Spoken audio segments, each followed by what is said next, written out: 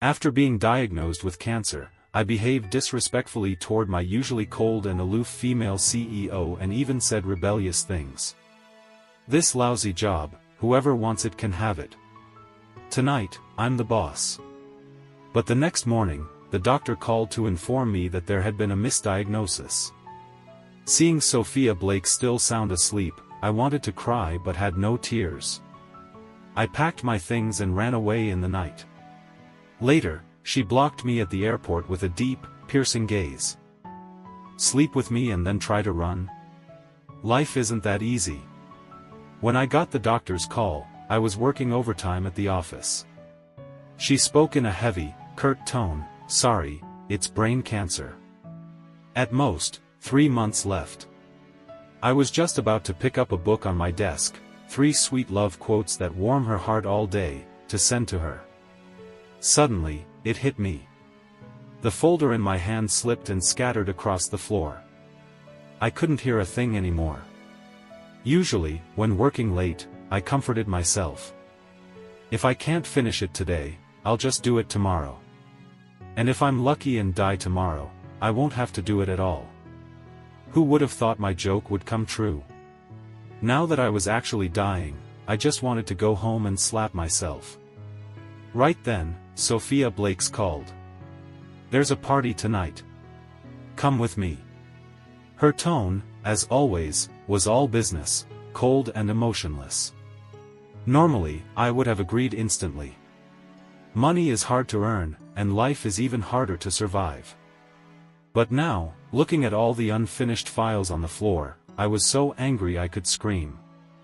I snapped back, "Damn it, I'm drowning in work. I've been working like a dog for you. I didn't even have time to get my test results. And now that I'm dying, you still won't leave me alone. If it weren't for your daily pressure, maybe I could have lived a little longer." There was a pause on the other end of the line, as if she couldn't believe what she'd just heard. "What did you say?" I snorted coldly and suddenly had a brilliant idea. I smiled a little. "Nothing, Mrs. Blakes. I meant to say, please send me the address. I'll arrange the car." I had to provoke her somehow. Just irritating her wasn't enough, I wanted to give her a shock from a lowly worker. All evening, Sophia Blakes opened the door, I got in the car. She picked up food, I spun the table. She poured wine, I didn't drink. She tried to talk, I deliberately stayed silent. Seeing her face darken like the bottom of a pot gave me immense satisfaction. She forced her employees every single day, now she could taste her own medicine. By the end of the party, it was late. The driver suddenly had an emergency and couldn't take her home, so I was asked to drive her. A perfect opportunity handed to me to torment her. Who wouldn't want that? Only an idiot would refuse. So of course, I happily agreed. "Secretary Carter, get me a bottle of water." Seeing her face darken like the bottom of a pot gave me immense satisfaction. She forced her employees every single day, now she could taste her own medicine. By the end of the party, it was late. The driver suddenly had an emergency and couldn't take her home, so I was asked to drive her. A perfect opportunity handed to me to torment her. Who wouldn't want that? Only an idiot would refuse. So of course, I happily agreed. "Secretary Carter, get me a bottle of water." Just then, the traffic light turned red, and I slammed on the brakes. A startled cry came from the back seat. I turned to look and was surprised. Water had splashed all over Sophia Blakes. I held back my laughter and forgot to mention, only got my driver's license yesterday, and if there's one thing I'm good at, it's emergency braking. Bad luck for her. She frowned as she picked up the bottle, glaring at me with eyes full of danger. "Ethan Carter," she growled through gritted teeth, "you don't want this job anymore, do you?" The light turned green. I started the engine and turned my back to her. "You're right.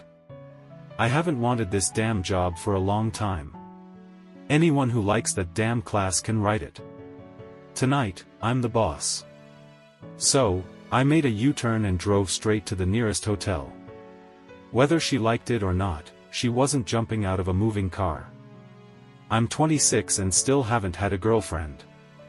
She's exploited me for years, what's wrong with me sleeping with her once? Either way, I'm dying. What do I have to lose? Besides, she's pale-skinned, beautiful-faced, long-legged, honestly a sight for sore eyes. Sleeping with her wouldn't be a loss. With that thought, I floored the gas, sped up, pulled into a hotel, and shut off the engine. Sophia Blakes staggered out of the car and made her way into the hotel. I'm 26 and still haven't had a girlfriend. She's exploited me for years, what's wrong with me sleeping with her once? Either way, I'm dying. What do I have to lose? Besides, she's pale-skinned, beautiful-faced, long-legged, honestly a sight for sore eyes. Sleeping with her wouldn't be a loss. With that thought, I floored the gas, sped up, pulled into a hotel, and shut off the engine. Sophia Blake staggered out of the car and made her way into the hotel. She needed to understand who was in charge now. A little wine and she can't even tell who's the master and who's the servant? Usually, people who talk like this are tyrant bosses. But I'm different, I'm a broke tyrant. A barefoot man fears no one in shoes. Her eyes were deep, but her ears turned red, and after a long pause, she let out a small laugh. Fine. I snorted coldly and couldn't resist teasing her. Mrs. Blakes, I see your clothes are all wet. Want me to help take them off?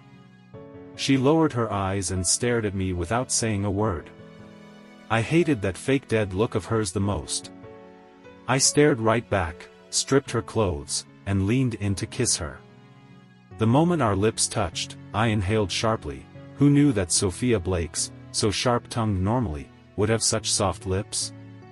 I tried to go deeper, but lacking experience, I quickly ran out of breath and energy. Leaning on her shoulder, I muttered, "Need a little help here?" "Help with what?" "You're clearly clueless. If you want, I can teach you." My face flushed red, mind spinning. Looking at her long, slender fingers, I instantly knew what she meant. I was just about to say no when she rolled on top of me, her hand trailing down my back, then to my chest. Her lips pressed against mine again. Not long after, I was completely at the mercy of her hands-on training. I was left speechless. The next morning, I was woken by the sound of my phone. Sophia Blakes was still asleep. Sore all over, I picked up the call. On the other end, the doctor was apologizing profusely. Yesterday, there was another patient, 72 years old, also named Ethan Carter. We accidentally mixed up the test results. You're not terminally ill, it's just stress headaches. Not brain cancer. Before hanging up, the doctor kindly added, "I wish you a long life." But looking at Sophia Blake still asleep in bed, I couldn't help but think of her last night, forcing me to keep my eyes open and acknowledge who was really the king. I might not have been dying before, but now, I think I just signed my own death warrant. When Sophia Blakes wakes up and finds out I took advantage of her being drunk and slept with her, she might not kill me. But I didn't want to test my luck. After much contemplation, I decided to run. One step at a time, if it came down to it, I'd rather die on the road than at her hands. So I carefully erased all traces, snuck out of the hotel, applied for extended leave from work, bought a plane ticket to another province, threw together some clothes, and headed to the airport. On the way, my phone rang. When I saw the caller ID, I nearly dropped dead. Sophia Blakes. This woman is an unkillable machine. After messing around until midnight, she's already up early this morning? No exhaustion at all? I steeled my nerves and hung up. 1 second later, she called again. I hung up. She called again. And again. This happened a few more times until the taxi driver in front couldn't take it anymore and said, "Young man, just talk to her and clear things up. Don't be so impulsive." I scoffed. "We're not lovers, we're enemies." Capitalist and laborer, eternal opposition. While I was ranting, my finger accidentally tapped answer. I freaked out and tried to hang up. But her low, hoarse voice came through. "Secretary Carter, where are you?" Short, cold, emotionless. Still calling me Secretary Carter. That almost confirmed it. She must have blacked out last night and doesn't remember a thing. Otherwise, she wouldn't sound this calm and composed. Thank God. Crisis averted. I relaxed and replied, "Mrs. Blakes, I haven't been feeling well lately, so I'm going on a short vacation. I'm on the way to the airport." There was a pause on the other end. Then came a quiet, restrained laugh. "Ethan Carter, slept with me and now you're trying to flee?" Everything went dark. Shit. I tried to stay calm. "Mrs. Blakes, what do you mean by that?" She practically gritted her teeth. "Ethan Carter, do you want me to repeat the things you said last night?" Last night, she'd forced me to say a lot of things that should never be spoken during daylight. I cut in quickly, "Mrs. Blakes, come on, what if you were just dreaming?" She was silent for a moment. I was drunk, but not dead. And also, I watched the hotel's camera footage. Darkness fell again. My cleverness had just signed my death certificate. I snapped back, "Whatever. I'm already on my way out, you won't catch me." Then I hung up. Luckily, I got to the airport and managed to buy a ticket not long after. Standing in line, I quietly celebrated. Some people, once missed, are a blessing. This time, I was going to make it out. But to my horror, Sophia Blakes appeared in the airport lobby. She smiled as she walked toward me, but her smile didn't reach her eyes. "You slept with me and want to run off? You wish." I tried to stay cool. "Mrs. Blakes, this is a lawful society. What, are you gonna tie me up and drag me back?" She raised an eyebrow. "No. But before you leave, have you thought this through? Will your salary still be paid during leave? Will you find another job with better benefits? And does your bank account have enough to let you hide until I forget what happened?" My heart sank. I hadn't even thought of that, I was too busy escaping. I just paid rent for the quarter. My savings might last me a few days on the run, but that's it. She added coolly, "I'll reimburse your plane ticket if you come back now." Now that she gave me a way out, refusing would just make me seem ungrateful. So I immediately plastered on a flattering smile and sincerely begged for forgiveness. "Boss, I'll go back to work right now." Sophia Blakes had driven herself. I instinctively went for the back door, but no matter how I pulled, it wouldn't open. I tried the other side, same thing. If the handle was broken, the repair would come out of my paycheck. She walked over with my luggage, saw me struggling, and reminded me, "The back door's broken. Sit in the front." She knew it was broken and didn't bother fixing it. Typical exploitative boss, I thought bitterly. Still, sitting in the front seat next to her didn't feel much better. So I asked cautiously, "Mrs. Blakes, are you sure you can drive? You drank last night." "I'm fine," she replied coolly. "I'm a lightweight, but I wasn't drunk, not really. Just a bit dizzy. Everyone says that after drinking." Still, how else would she have let me do that to her last night? She should have been yelling at my emergency braking skills instead. Before I could speak again, she interrupted with a mocking smile, "If you're that uncomfortable, you can just sit on my lap." I froze, then silently opened the car door and got in, muttering under my breath, "God, she's pushy. Not afraid her future boyfriend will be pissed." Unfortunately, she heard me. Sophia Blakes didn't look too pleased. "I didn't know you were that generous," she said with a flat expression. After getting in the car, she didn't start driving right away. Instead, she tapped a few times on her phone, then set it aside. A second later, I received a transfer notification, 10,000. 10 times the price of my plane ticket. I said I'd reimburse you, she said without even looking at me. Don't call me stingy. Truth be told, she really wasn't stingy. Compared to similar positions, my salary was objectively higher, and the employee benefits were unusually good. She didn't just sit around either. She was usually working alongside me, sometimes even earlier and later than I did. Realizing I was starting to feel sympathy for Sophia Blakes, I immediately gave myself a sharp mental slap. What am I doing pitying a woman who makes way more money than I do? No matter how much she gives, I deserve every bit of it. I glanced sideways. She'd noticed my little twitch and smirked. I asked quietly, Mrs. Blakes, why did you chase me all the way here? She threw it back at me. Why did you do what you did last night? Her voice was light, clear as always. Normally she spoke in a calm, measured tone. But last night, she had completely destroyed that image in my mind. That was when I discovered her voice could lose all composure too. Just the memory made my face burn. Why? She pressed. Rather than blame myself, I decided to deflect.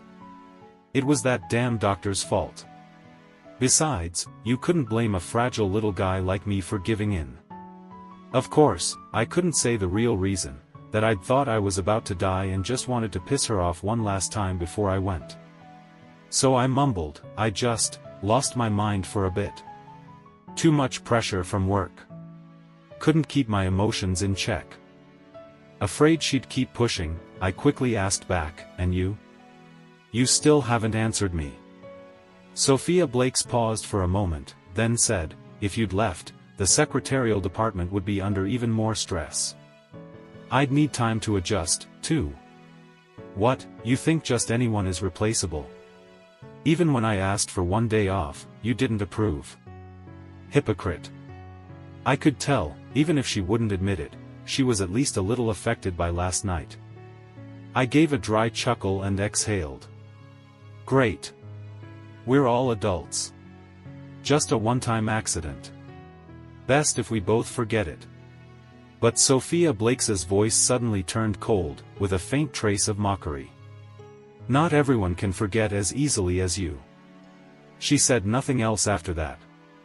Not only did she cut down my workload, but in our minimal daily interactions, she made sure to use the fewest words possible. If she could say it in one word, she'd never use two. I was getting nervous. It was hard not to feel like she was preparing to fire me. Maybe the transfer was just bait, to lower my guard. Then she'd strike when I least expected it. So I decided to make a few moves myself. That entire afternoon, I submitted resumes on every major job site I could find. Better to resign voluntarily than get kicked out. A man should have some dignity, even in corporate life. As it neared the end of the workday, I sat slumped at my desk, staring blankly at the office's lucky plant. Normally, I didn't mind working, but today felt like life imprisonment. I'd never felt this miserable at my desk before. Right then, my dad called. Ethan, are you busy these days? Busy? Busy with stuff, I answered vaguely. He chuckled. Come on, I know you're not busy. I got a bad feeling. Sure enough, his next sentence was, I found you a girl on a dating app. We've chatted, she seems nice. I froze. Does Mom know? What are you talking about? It's for you, not me, he snapped. She has a great personality and works near your office. You two should meet sometime. Ever since he retired, he'd become obsessed with matchmaking. He left comments under matchmaking threads, sent messages to girls on apps, shook his phone to find matches, he tried everything. Back when I was really working hard, I didn't have time to meet anyone.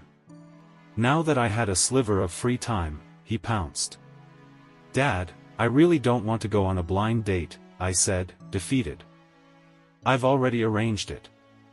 I'll send you the address in a bit, he said, then hung up on me, not even giving me a chance to refuse. I sighed, trying to pull myself together. A few leaves had already fallen off the money tree. This was bad. This particular tree had been placed here under the direction of Mrs. Blakes's father. It had a purpose. Would losing a few leaves mess up the whole setup? "What are you doing to my tree?" I jumped. Turning around, I saw Sophia Blakes standing behind me. Who knew how long she'd been there?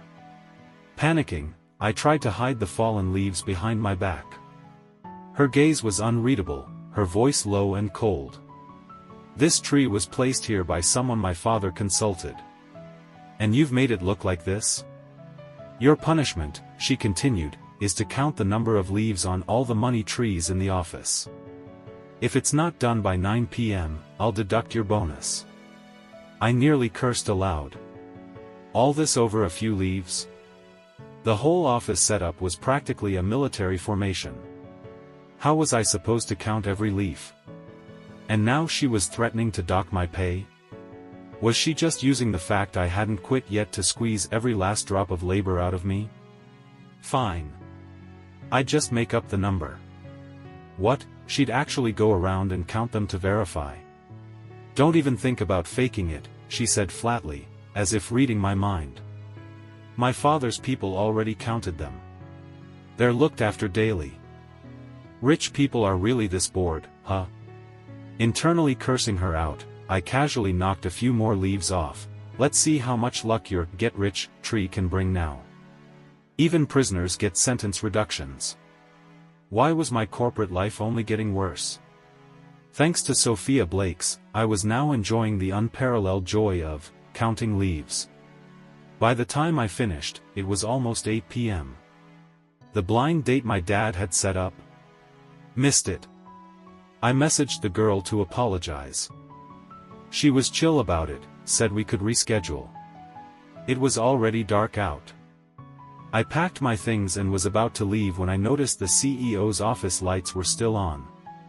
Apparently, Sophia Blakes had been staying late quite often lately, according to the office gossip.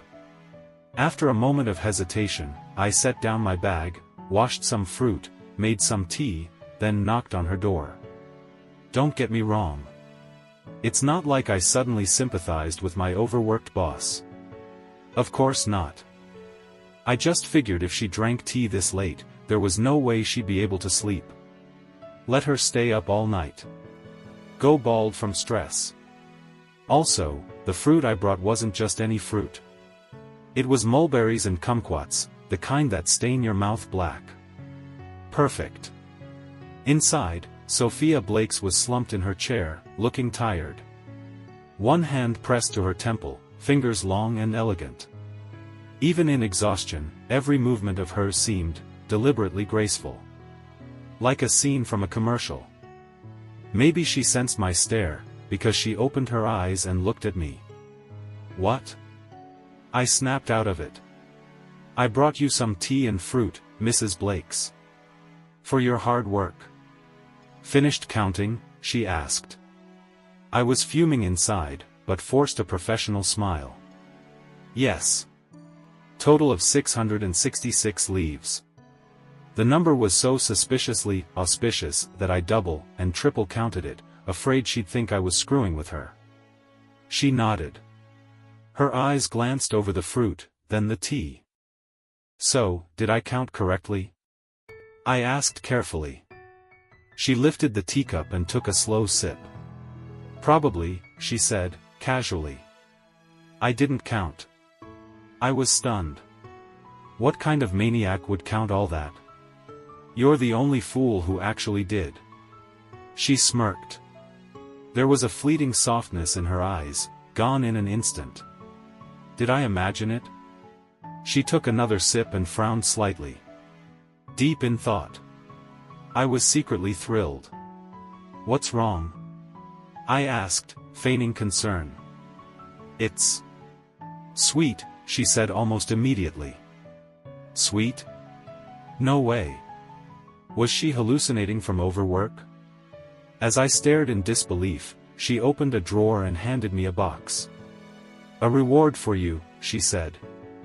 It was a box of cakes. I'd tried them before, they were amazing. But the price? Way too high for my blood pressure. I never bought them for myself. She was rewarding me. Eat it, she added, you won't be able to sleep tonight anyway. Don't blame me later. I stared at her. Her eyes met mine directly, no pretense, no avoidance, intense enough to make me flush. Even though her face was perfectly calm, the pressure was intense. Am I imagining things again? I reached for the box, and our hands brushed. She pulled hers back like nothing happened, but lightly rubbed her fingertip. Her fingers were long. Her hands, delicate. Beautiful. I couldn't help but remember that night. How she'd moved so slowly, so casually. Climbing all over me. Her gaze back then had the same invasive pull. Moments later, my heart was pounding. From her throat, Sophia Blakes let out a soft chuckle. Secretary Carter, you'd better head downstairs. The driver's waiting for you. She added, matter-of-factly, as your boss, I can't just let my employees go home alone after overtime. It's a habit of mine. Every time we stayed late at the office, she'd offer me a ride home. Saved me a bunch on commute, honestly. Unless, you want to work overtime with me? No, definitely not, I waved it off. Let tonight's misery end here. Once I stepped out of the office, I felt like I was on fire. It took a long while to calm down again. Still puzzled, I grabbed the leftover and took a big gulp. God, it was so bitter.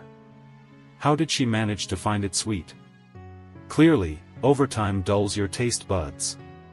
Don't stay late, it's unhealthy. Downstairs, driver Walker was waiting like she said. Only, the car looked oddly familiar. Wasn't this the one Sophia Blakes used to block me at the airport before? Walker opened the door expertly. I slid in and tried to make small talk. Hey Walker, is the car door fixed now? He looked confused. It was never broken. I blinked. But Mrs. Blake said it was last time. He nodded, catching on. Then I guess it was broken. If she said so, it must have been. The next morning, I woke up feeling oddly refreshed. Which could only mean one thing, I'd overslept. Sure enough, I had. And I'd barely drunk half that bottle of tea. Didn't think it'd knock me out like that. Didn't even fall asleep properly until after midnight. I got to the office half an hour late. My perfect attendance streak? Ruined. I wanted to cry but had no tears. What's wrong? Bad mood? A colleague asked, noticing how drained I looked. I came late. I'm going to lose my attendance bonus. I answered honestly. You didn't hear? He said, surprised. This morning they released a new policy. To support work-life balance, we're allowed to be late once a month. I shot up from my seat. Wait, no bonus deduction? He nodded. I sat back down, suspicious. Was I being paranoid, or was I catching on to something? The timing of this policy? Too precise. Sophia Blakes, what are you planning? But I had one very strong trait, laziness. If I don't understand it, I won't bother figuring it out. A few days later, the HR response for my internal transfer application came back.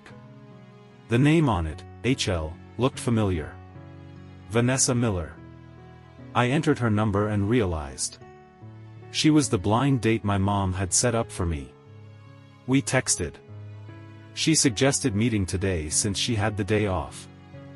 I owed her anyway for bailing last time, so I agreed. We met at a restaurant near the office. And just like my mom said, Vanessa Miller was truly wonderful. Easy to talk to, smart, and she never made things awkward. I told her honestly that I didn't view this as a blind date. Just a chance to apologize for ghosting her before. She said she understood, and that we could still be friends. We chatted, had a nice lunch. Afterward, we went to a nearby cafe to talk about the job. The conversation went smoothly. Near the end, she asked, "I'm really happy with this meeting. What about you?" The salary and benefits were fair. I had no complaints. So I nodded. Happy? A voice behind me, familiar. I turned. Sophia Blakes. She pulled up a chair next to me, sat down, and locked eyes with Vanessa Miller. Her voice was cold, almost angry. "Do you know what he likes to eat? Do you know he kicks in his sleep? Do you know he forgets people after putting his pants on? You do not understand her at all." Her accusations grew increasingly ridiculous. Panicked, I stood up and tried to cover her mouth. "Stop. Please stop." "No, I will say it." Her voice shook with some impossible blend of frustration and emotion. "I work overtime every day to reduce his burden, and he has free time to go date someone else? I'm suffering while you two get to be happy. She meets you once and gets to be with you, why can't I? What am I, cursed?" The entire cafe was now staring at us. I wanted the earth to open and swallow me whole. Mortified, I apologized to Vanessa Miller, shielded my face with one hand and Sophia Blakes's with the other, and dragged her out of the cafe. It took real effort to get her outside. I was panting from exertion. Glancing back, no one seemed to follow. I finally relaxed. Then I turned to her. "What was that? Are you okay? Why have a meltdown in the middle of the day?" Sophia Blakes's eyes were fierce, her face icy. "Are you okay? If I hadn't met your mom first, I would have thought that woman and there was your mother. You actually feel happy with someone like that?" I was already furious before, now her accusations made me feel utterly wronged. My chest tightened. Was something wrong with the energy in the air today? Why was everything so out of balance? "And you're defending her?" Sophia Blakes cut me off. Her face was pale, like a waxy green leaf. "You like women like that? What are you thinking? That she's low maintenance? That she's weaker than you? That you'll get to take care of her when she's old?" I was getting angry now too. My temple was throbbing with every heartbeat, but when I saw the corners of her eyes start to redden, my anger wavered. Ethan Carter. Even if you hate me that much, I'm still younger than her, prettier than her, richer than her. So why does she get to have you, and I don't?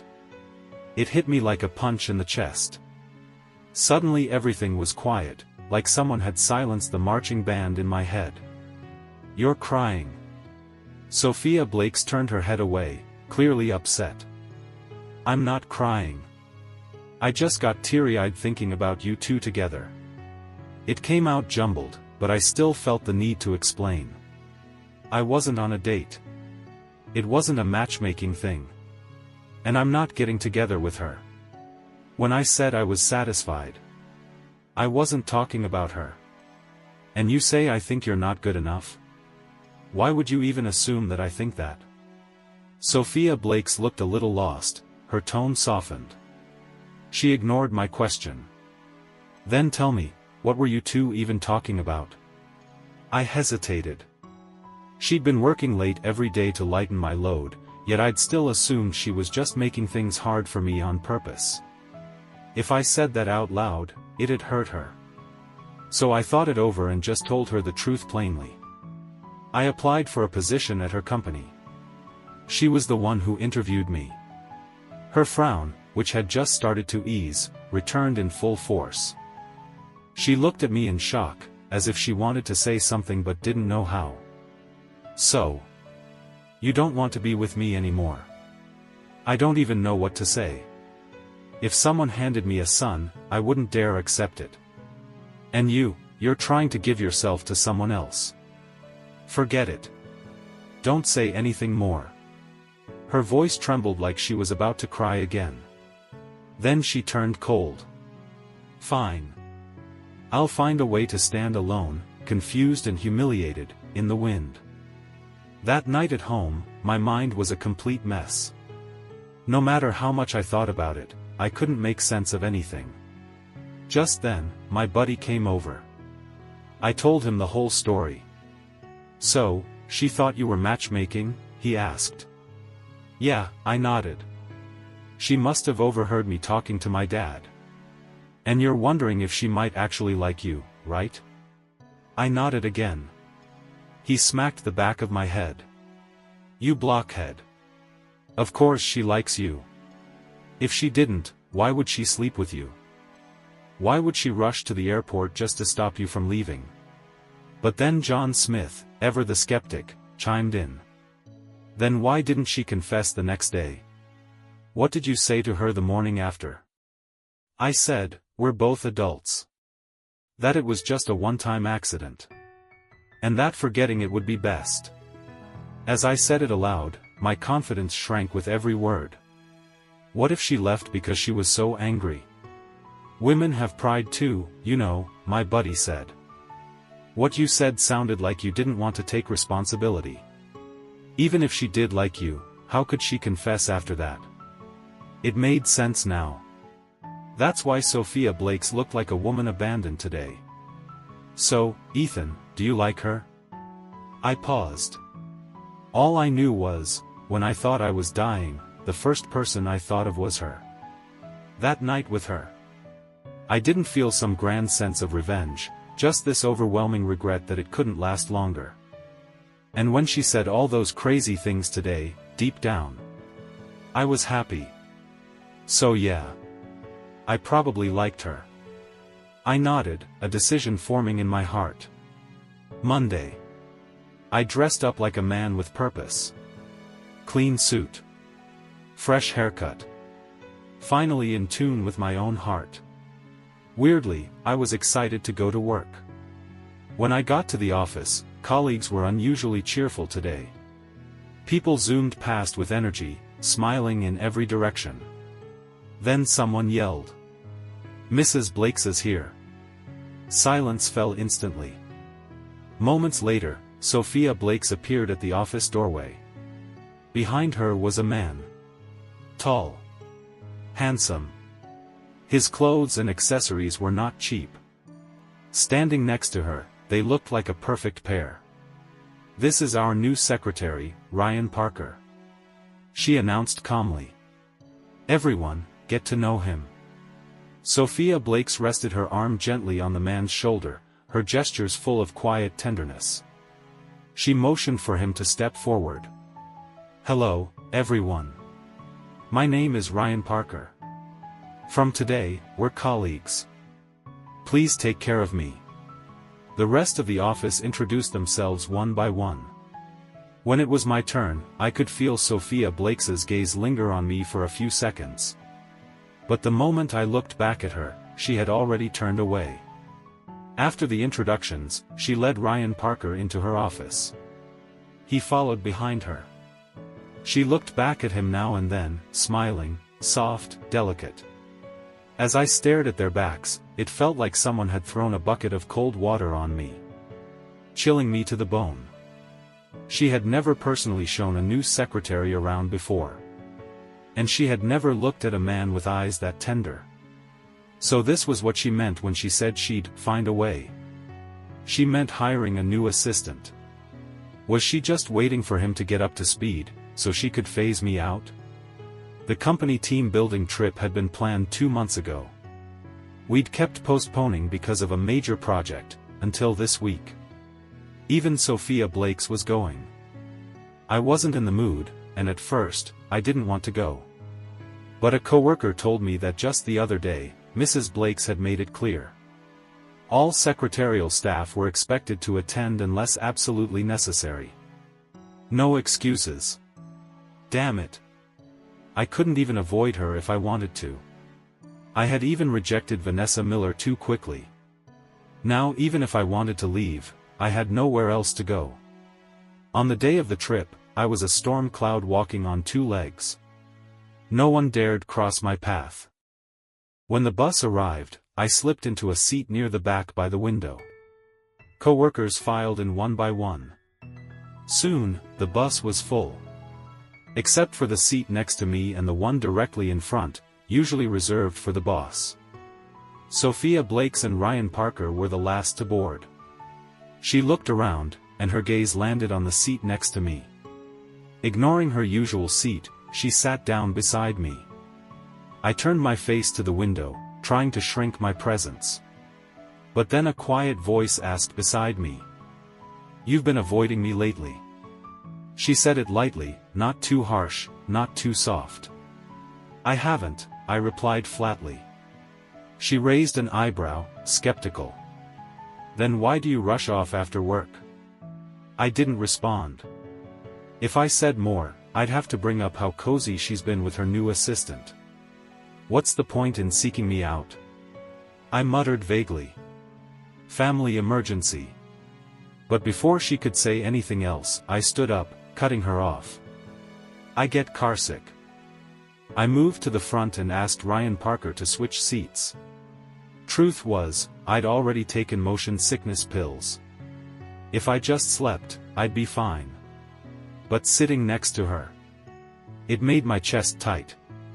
I couldn't breathe. "Wait, hold on," she said from behind me. "I'll call a car to take you back." She grabbed my wrist with one hand, already dialing with the other. I reflexively pulled away. "No need. I'll sit up front. Someone already likes you, why keep clinging to me?" "What, do you think money gives you the right to collect men like flowers?" Emily from admin was in charge of organizing this trip. Before we arrived at the resort, she'd created a group to randomly assign partners for games. 2 people per team, with evening activities. But she hadn't included herself in the draw, and one colleague called in sick last minute due to acute gastritis, so the total number was now odd. And of course, the unlucky solo person was me. I didn't mind though. Let the others pair up for tug-of-war and group games. I sat on the sidelines with a plate of barbecue. Maybe Emily saw me sitting alone, because she suggested that I team up with her. I politely declined. She was busy organizing everything already. But I couldn't withstand the coaxing from coworkers. I finally gave in. Just before the game, I heard someone whisper from the crowd, "I think Emily's liked Ethan for a while now." I glanced sideways at her. She blushed and awkwardly changed the subject. "Okay, game time. Let's go." "Whatever. It's just a game. Once it's done, it's done." But the moment I stepped onto the field, I sighed deeply. Fate was just too cruel. Of all people, our opponents were Sophia Blakes and Ryan Parker. What was I now? Some cog in the machine of their little bonding experience? I half-heartedly picked up the rope, feeling like the joke was on me. At one point, I looked up. And my gaze met hers. Her eyes were dark, intense. She was staring straight at me. And in them, I saw something I didn't expect. A kind of anxious restlessness. Before I could figure it out, the referee shouted, "Go." And just like that, both sides started pulling with all their might. It didn't take long before my arms began to burn with fatigue. Emily stood behind me, the rope tugged her forward, and we were nearly pressed flush against each other. Suddenly, the tension in the rope slackened. At the other end, Sophia Blake stood with a gloomy expression, one hand casually letting go of the rope, her eyes quietly fixed on me. I took the chance to adjust my stance. And pulled with all my strength. "We won." "You win," Sophia Blake said flatly. After leaving the field, I turned to thank Emily. And told her honestly that I wouldn't be joining the next round. I returned to my seat and lowered my head, fiddling with my phone. A shadow passed before my eyes. Someone sat down beside me. I thought it was just a coworker. "Were you uncomfortable on the bus earlier?" Startled, I turned and saw Sophia Blakes. I remembered what she had said before, and shook my head. I slept the whole ride. Didn't feel much. She nodded, eyes drifting somewhere indiscernible. Then, without warning, she handed me a small paper bag. I brought some sleep-inducing aromatherapy. It's heavy in my luggage. Take it and use it. I weighed the bag. Not heavy at all. But whatever. Only a fool refuses free stuff. Thanks. There was a pause. I couldn't help but ask, Ryan Parker seemed really into that tug-of-war prize, huh? Her tone was indifferent. I hesitated, then asked again, I gave up on purpose. Didn't he mind? No complaints. Her voice turned low and cold. He listens to me. I smirked, a bitterness rising in my chest. How affectionate. What? She didn't catch that. Good. I wasn't going to repeat it. When I didn't say anything, she raised an eyebrow. Maybe it was the late hour, or just my imagination, but I thought I saw a flash of sadness in her eyes. You should really be more aware. Emily was nearly glued to your back during the game. You didn't even try to avoid her. If I hadn't deliberately lost, you two would have been the hottest gossip in the company tonight. She gave a dry little cough, like trying to cover something up. You're my assistant. You should act the part. You know full well that guy wants the prize. I've gone out of my way to keep him happy. So, the rumors about me actually affected her? How overly cautious. I straightened up, indifferent. What, losing was the only option? She gritted her teeth. If I didn't, I might have snapped and dragged him down. Wouldn't that have been a scene? Just then, like a cue from the universe, Emily arrived with her notebook. She glanced at me, then turned to Sophia Blakes beside me.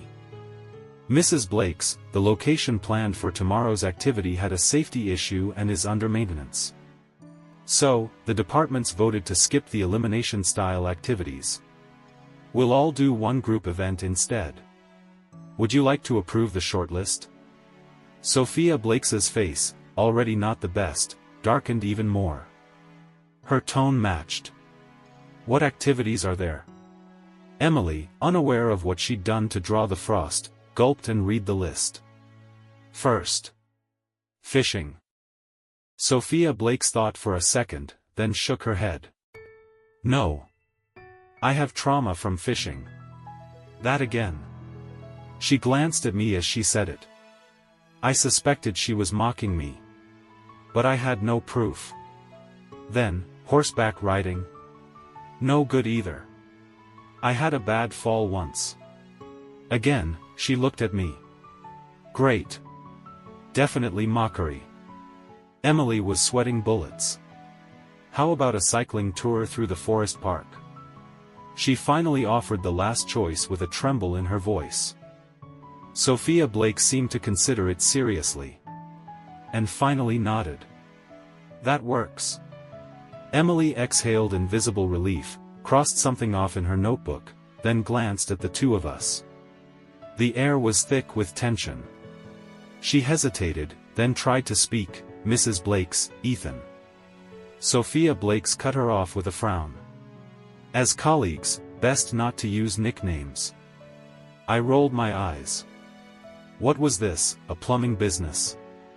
Weren't you calling her Emily just now? Emily, flustered, quickly corrected. Then. Secretary Carter? Only then did Sophia Blake seem even slightly appeased.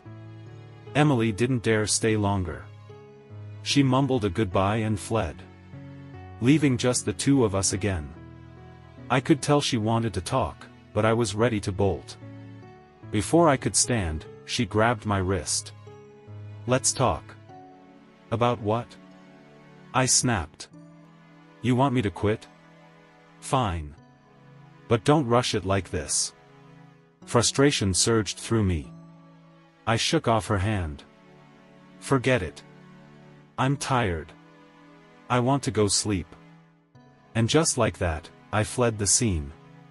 That night, maybe because I'd slept too long on the bus, I lay awake, tossing and turning. My legs were sore. I eventually pulled out the aromatherapy oil she gave me. Only after breathing it in did I start to feel drowsy. The next morning, I planned to go out for breakfast. Just as I stepped outside, I saw someone at the door. It was Sophia Blakes. I was a bit surprised. "Why are you here?" She looked at me with a relaxed expression, seeming to be in a good mood. She brought me breakfast and said she was waiting for me. That morning's team-building activity was a bike ride.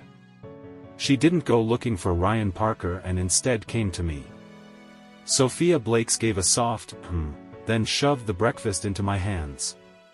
The warmth of the food spread across my palms, driving away the early morning chill. "Ryan had an urgent matter at home last night. Emily said those without a partner should team up, now we're teammates. Ryan Parker left already, and you still want to pair up with me? That's really careless, not very considerate. Anyway, when there are more people, it doesn't matter who pairs with whom." But things never go as planned.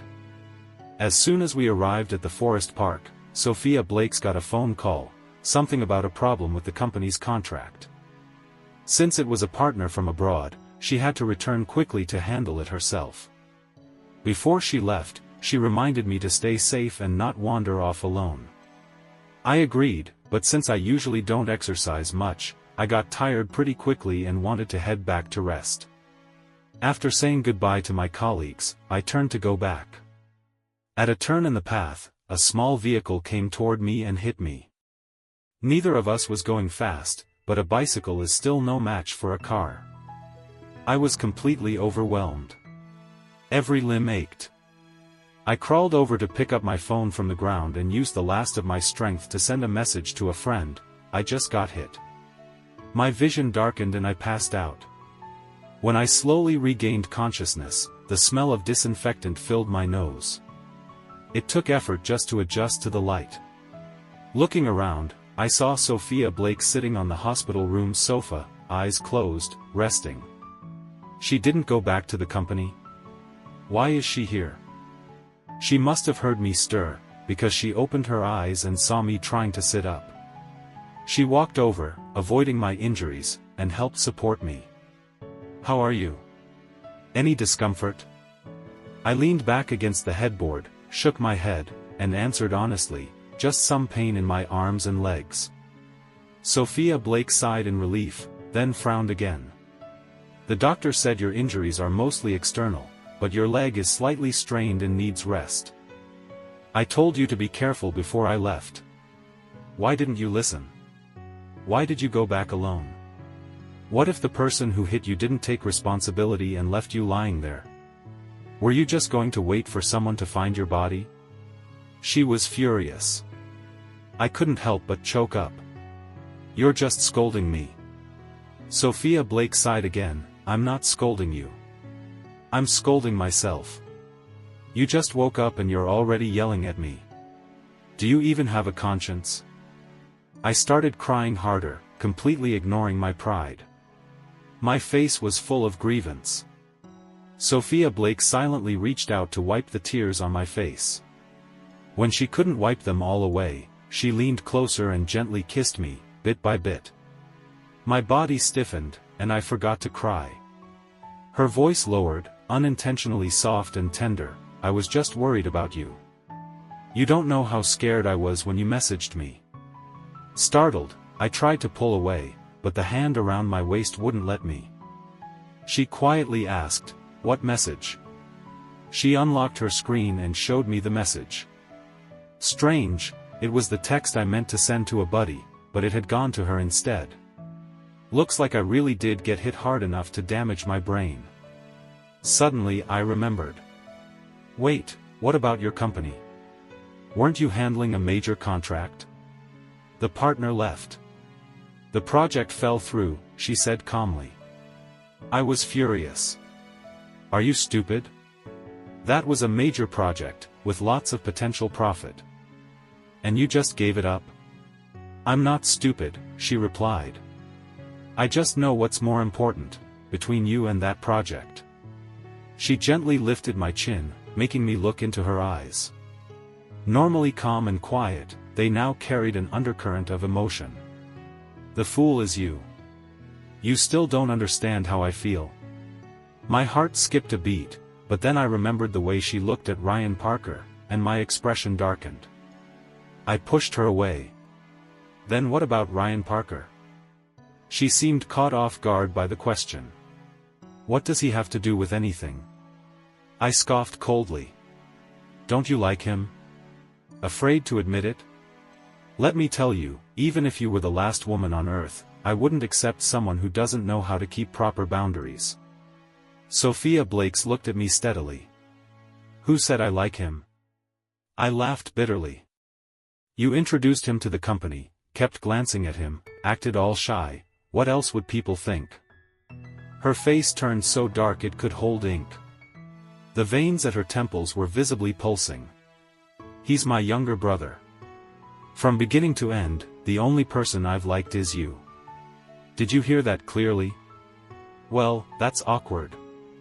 I didn't know you had a younger brother, I said weakly.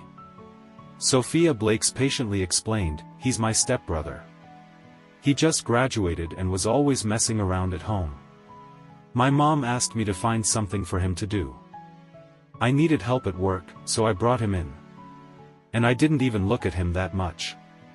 I looked at you, you looked good that day, okay? She made her case clearly and logically. Now it was me who was squirming.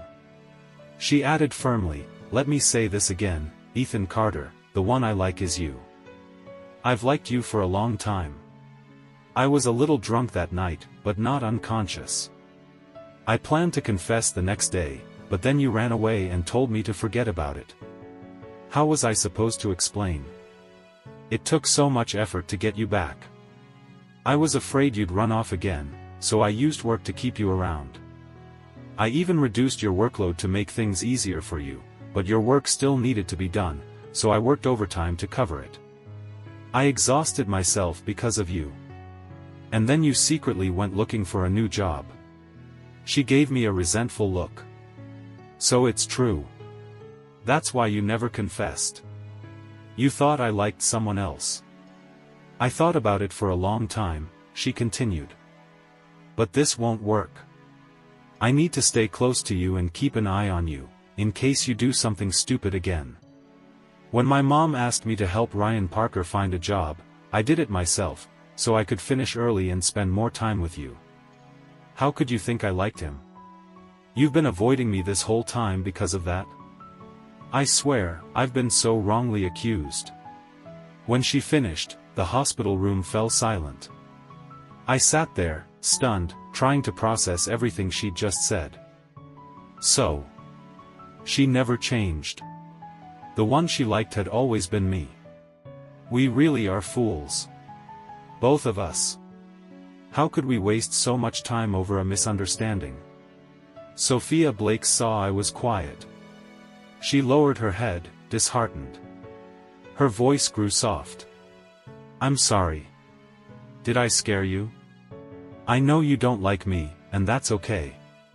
You don't have to take responsibility, but could you at least give me a chance? I didn't let her finish. I wrapped my arms around her neck and kissed her forehead. Before she could react, I pulled back slightly and looked into her eyes. There's something I need to confess. That night, I wasn't just drunk. I had just been wrongly diagnosed with cancer. Then you asked me to stay and work overtime. I was angry and wanted revenge. At first, I didn't want to take responsibility. But over time, I came to understand my own heart. Sophia. I like you too. I'll take responsibility, for everything. All the way. Sophia Blakes was momentarily stunned, then looked at me with a knowing smile. Thankfully, fate must have been on my side. I slowly kissed her from her forehead down to the corner of her lips. But then she suddenly flipped the script, she bit my lip. I was so overwhelmed by her kiss that I nearly passed out. When I felt her hand slipping under my shirt, I jolted back to reality and quickly pulled away a little. You said you liked me from the start. So why did you make me work overtime every day? Thinking back, I felt a little indignant and gave her a light slap.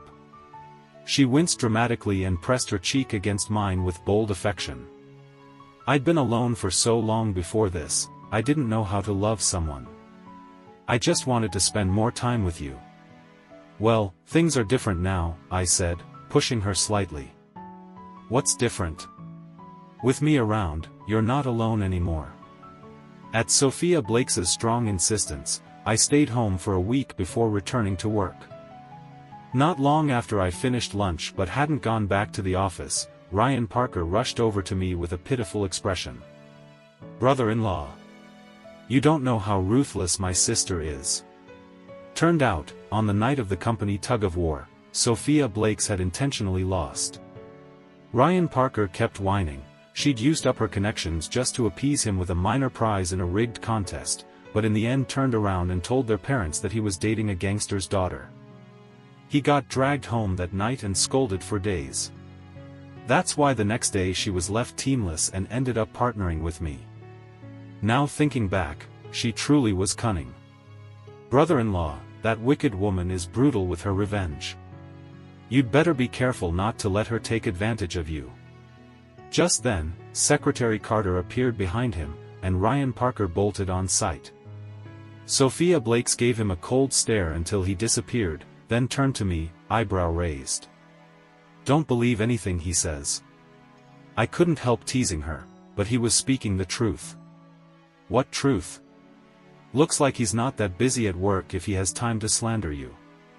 He's still going on that business trip next week, she muttered. I thought for a second, then burst into laughter. Her eyes darkened, and she smacked my forehead before dragging me away. Done resting yet? Come nap in my office. Face flushed, I refused. I'm not tired. No need to rest. But she didn't go back either. Even if you're not tired, you should stay with me. She still had some work to finish. She handed me a tablet, poured me water, and told me to sit on the sofa and watch a show. After one episode, I got bored and started fiddling with the photo gallery. Accidentally, I came across some screenshots from a forum post. Someone with a nickname had written, "Why did you sleep with me so willingly, then run off the next morning and tell me to forget it?" The most liked comment replied, "Maybe the guy was just that bad in bed." She wanted to cut ties quickly. Another added, "Nah, he probably had no experience. I'd have offered to teach him some moves if it were me." By now, she's probably become a meme in their guy group chats. I stifled a laugh and searched for that account, but the post was gone. I could totally imagine Sophia Blakes deleting it with a broken heart despite her calm exterior. Suddenly, she appeared behind me and startled me so much I spilled water all over myself. She narrowed her eyes at the screen, her stare sharp and dangerous. I acted innocent. "You already deleted the post, why keep the screenshots?" She had already walked around and sat beside me, pressing close. Then in a low voice by my ear, "Next time will be better." Feeling the heat radiating from her body, my face turned bright red. Truth is, no need to be better. It was already great. Maybe even too great. I could barely walk the next day. She chuckled softly, tilted my chin up, and kissed me deeply. Then whispered hotly in my ear, "Your clothes are all wet. Want me to help you take them off?" That line sounded very familiar. Before I could even recall where I'd heard it, I instinctively pushed her hand away. "No, don't." But it was useless. "You said it yourself, you'd take full responsibility." Well, now I'm holding you to it. And I'll take responsibility for you too. Outside, the sun blazed brightly. Inside, the storm had already begun. 1 year later, Sophia Blakes and I got married. It rained on the day we registered. Raindrops kept falling, driven by the wind, refusing to stop. She was soaked as she got out of the car. I stood at the entrance of the county clerk's office, waiting. Soon, I saw her emerge through the curtain of rain, holding a black umbrella. Her figure grew clearer with every step. She looked at me, eyes calm and gentle, then reached out her hand. "Come on, love. Let's go home." And I thought, even if one day I face a storm I can't stand against, I won't worry. There will be someone to shield me from it. That's why I've begun to feel grateful for all those long, uncertain years. If you're enjoying the story, don't forget to like and subscribe. It really helps the channel and keeps more videos coming your way. Thank you for listening.